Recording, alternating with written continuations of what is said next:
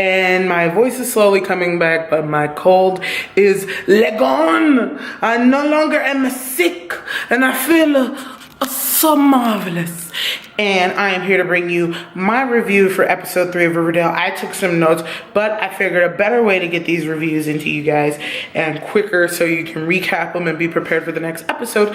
Episode 4 is tonight, is to tell you the main characters that were focused, what happened, and what did I think of the episode. So let's start with Archie. Archie had a lot going on in episode 3. He had to hear about Moose and Midge being shot. He wants to protect himself with a gun that his father doesn't know he has. He finally meets Hiram Lodge, which was the best. Like, there's a moment, and I wonder if people caught it, when Hiram looks at Archie like, oh, okay. And it's really subtle, and he's like, please, call me Hiram. I knew that relationship was going to be manipulative from the start because Hiram himself is a manipulative son of a bitch. So Archie forms the Red Circle. He gets Reggie involved, everybody involved. Hell, even Principal Weatherby is on his side. And a lovely moment that I thought was nice when Archie and Reggie go see about Ethel when she's walking home and some vans started to try to circle back, was scaring the shit out of her, and Archie was right there to see about her. One thing I don't like about Archie is that he's easily manipulated. Like, how can you not see right through Hiram Lodge? Like, you've been hearing all these things about this man, that he's apparently bad, he's this, he's that. Even your dad has warned you about him, but you just kind of walk into this like, oh, well, I'm gonna just be happy and nice about the whole thing. Like, no, you can't be naive about these type of things, Archie. You just can't. Then with Betty and Kevin, I loved Kevin's storyline this episode. I loved how he just went off on Betty. Sometimes Betty comes off as this very judgmental, very bitchy, I know everything, I'm better than you, I'm just trying to look out for you and tell you what to do is right, when really she just needs to back off. Her and Kevin live in two different worlds. He's a gay guy in a small town. She's a pretty blonde who can get anybody in this town. Betty can be and do whatever she wants, and I feel like she forgets that Kevin doesn't have that. And part of me doesn't think she really forgets. A part of me just thinks she doesn't care. There is a level to Betty that's extremely selfish, but I think people overlook it because they think she's just so cute. But I love the scene in the woods where he's like, you live in this world of pale pink and milkshakes. Will I date Jughead or will I date Archie? And then Cheryl chimes in and goes, except for when she's being Dark Betty. And then he said, oh yeah, when you're exploring your BDSM lifestyle, it's like Betty doesn't realize that his options will just always be limited as long as they're in Riverdale. Like, constantly bringing up, well, you had Joaquin. Joaquin was a flash in a pan, and Joaquin was also not a good person. But you can't keep thinking that Kevin's feelings aren't valid. Like, he wants attention. He wants a spouse. He wants somebody. You know, it's not always about what you want and how you think people need to act, Betty. If anything, it's the reason that you think we need to be held at such a high standard and we need to change this, that, and the other is why this shit is happening in the first place. But I love the scene in the woods. I also love throughout the episode Cheryl popping up here and there. Like, I love the opening where she's behind Kevin and Betty and the quirky music is playing. One thing I will always love about Cheryl's character is the fact that every time she shows up, quirky music plays. And I love because she was even trying to tell Betty in their little student lounge, like, he used to look this way and now he's like totally hot, so he wants attention. He don't care if you don't like it. He don't care if there's a killer on the loose. Girl, he don't care. But I did love because there's a level of niceness to Cheryl who wants Betty and them to genuinely see about Kevin, because there is a killer on the loose and he is going into the woods. The one scene I did not like though is when they made us think that somebody done stabbed Kevin Keller. Oh my God, I was so freaked out. I was so panicked. I was about to be so fucking upset if they let my boy get stabbed like that. I did love the scene between Kevin and his father. I thought it was really sweet, especially when he said, I know how we don't talk about some things, or maybe we should start, you know, because Sheriff Keller never comes off as if he doesn't accept his son. They just come off as the type of father and son duo who don't talk about his gayness. So I love that the sheriff is slowly opening up that, well, we need to clearly talk more because Betty came over here being a snitch. That low-key pissed me off. Betty being a big-ass snitch. Like, Nobody asked you to do that. Nobody asked you to do that. But, I mean, I get you want his well-being, and yes, it's unsafe to be prowling the woods for dick when there's a killer on the loose. But, did you really have to do all that? Did you? Did you? Hermione Lodge was an uber bitch in episode 3, telling Veronica not to be thirsty. Drunk Hermione, though, was the best Hermione. Especially, oh, mija.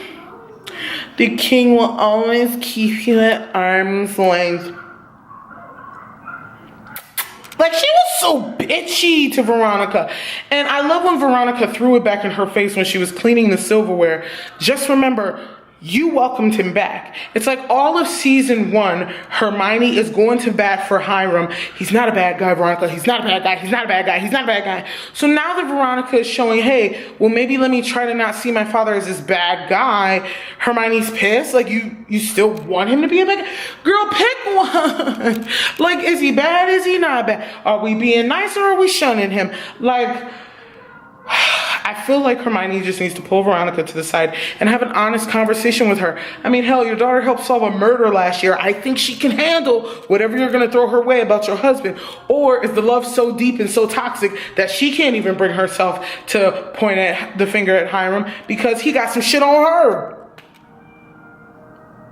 Maybe, maybe not. Another favorite moment in the episode of mine was when Polly was reading the letter from the Black Hood who said how he shot the adulterer at Pops, he killed the child predator in Greendale, and he shot the sex-addicted teens at Lover's Lane. And how Riverdale is a town of hypocrites and it needs to be cleansed and cleaned and whatever the fuck. So I love when Polly's reading this and Polly's like, I'm fucking out, you know. She said, I am an unwed mother. I am a pregnant unwed mother with my cousin's babies. Like, Jesus, like, will you say it all out loud like that? How she's pregnant, unwed, and they're her cousin's babies? Jesus. And I love when she goes, I'm the poster child for sinners. And it's true, but I also love when Alice came back with, I'm not gonna let you give birth in like a trial, no doubt. Like, I thought that was pretty funny, but it was sad to see Polly go when she did decide to leave to go to the farm. And she is right. If this person is targeting sinners, of course it's gonna target the pregnant girl who had sex with her cousin. But then again, the killer may not kill Polly and maybe spare somebody like Polly, because then again, Polly and Jason did not know that they were related. If anything, the killer would target Penelope and Clifford and Hal, because Hal knew, Clifford knew, even Penelope knew, and they just didn't say anything. The only people that were out of the loop were Alice and Betty. So, Alice, Betty, and Polly. So if anything, the killer would be targeting the people who kept the secret, not the person who's pregnant and well, but she is unwed. And a teen, not pregnant. No, yeah, Polly would die. Polly would die. But the cousin thing, the incest thing would not be one of the reasons, because that's not her fault, because she didn't even know. Jason didn't even know. The adults knew, didn't say shit. One part that I thought was like super cheesy, the whole red circle, we will find you and we will get you. Like, Archie, you're not menacing at all, bud. But Reggie shined a lot in this episode. I thought he was really funny with how aggressively spirited he is about everything, you know. I thought that was pretty entertaining. Jughead goes to Southside High. He meets Tony Topaz, who I think is adorable, played by Vanessa Morgan. I love because they said his real name, Forsyth Pendleton Jones III, because that's really Jughead's name, but they call him Jughead. I love that moment. A scary moment was watching Jughead get beat up by the ghoulies. Some people were theorizing online that it was one of the serpents to like send a mess, but that's fucking stupid. So I didn't like watching Jughead get beat up, but hey, I thought you would think after the serpents have helped you here and there, you would just sit with them. It's not that hard, but Jughead's the king of, I have to be difficult, I have to stand out. So it's actually not that surprising. But I love because now he's gonna start the Red and Black up at their high school so he can keep up with the writing thing that he had with Betty at Riverdale. But yeah, I liked this episode. It had a lot of highs, it had a lot of lows, it had a lot of great dialogue, and I can't wait to see episode 4 tonight. This season is going by very rapidly, and the storylines I think are a bit better. There are some cheesy moments, but Riverdale wouldn't be Riverdale if it wasn't cheesy and have super corny cringe moments. Like, that's what makes it so great, because the acting is great, but some of the lines are just like what? Like when Jughead says to Betty, I thought you liked me dangerous or tortured or some crazy shit like that, and it's just like, you kissed him after that? Girl, what? And first of all, what girl is dumb enough to think that her boyfriend fell off his motorcycle and got them scratches and bruises? Okay, girl. One thing I didn't like is how the mayor and the sheriff was trying to keep this little letter under wraps. Like, if somebody is killing people in the town that he deems impure, why wouldn't you alert the town? But we will see what they do about that in episode 4 tonight, you guys. I hope you enjoyed this video. I can't wait to see what's in store.